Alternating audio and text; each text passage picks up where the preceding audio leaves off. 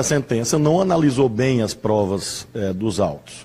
Ela, em primeiro lugar, forçou o conceito de corrupção passiva, contrariando a jurisprudência dominante, que diz que é preciso que haja uma relação clara entre uma vantagem indevida e um ato praticado, porque esta é a corrupção segundo a lei. É claro que a pessoa pode discordar da lei, mas não pode inventar uma lei, porque essa é uma garantia democrática. Imagina se cada um de nós inventasse a sua lei. A vida seria inviável. Se cada um achasse que vai dirigir no trânsito de acordo com a sua cabeça. Então é preciso que haja regras para que a sociedade seja previsível. O tipo penal é este, a jurisprudência é esta.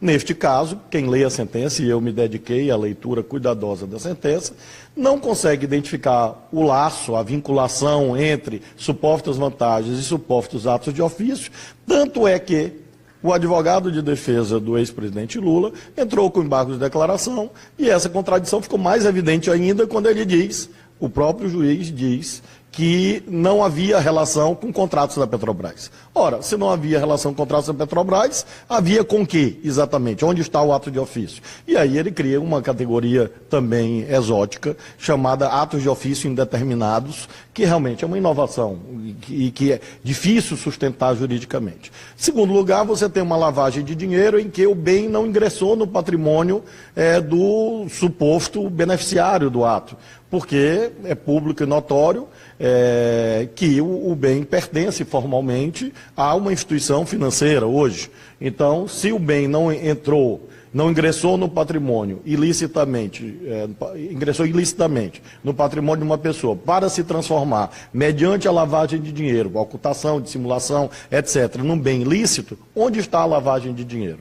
Em terceiro lugar, uma dosimetria sui generis que realmente eu fui juiz 12 anos e sempre havia uma cultura judicial assentada em milhares de decisões em que, para haver uma pena alta, era preciso que houvesse razões objetivas a tanto.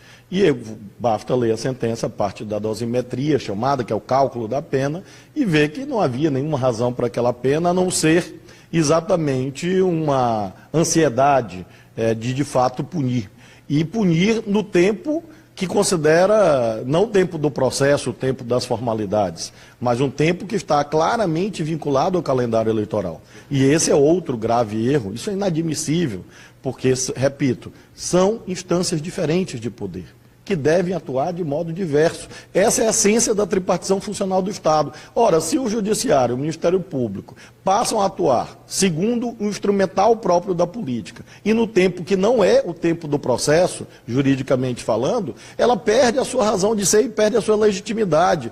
Tenho dito aos meus ex-colegas, com muito respeito, a causa é nobre, mas os fins não justificam os meios.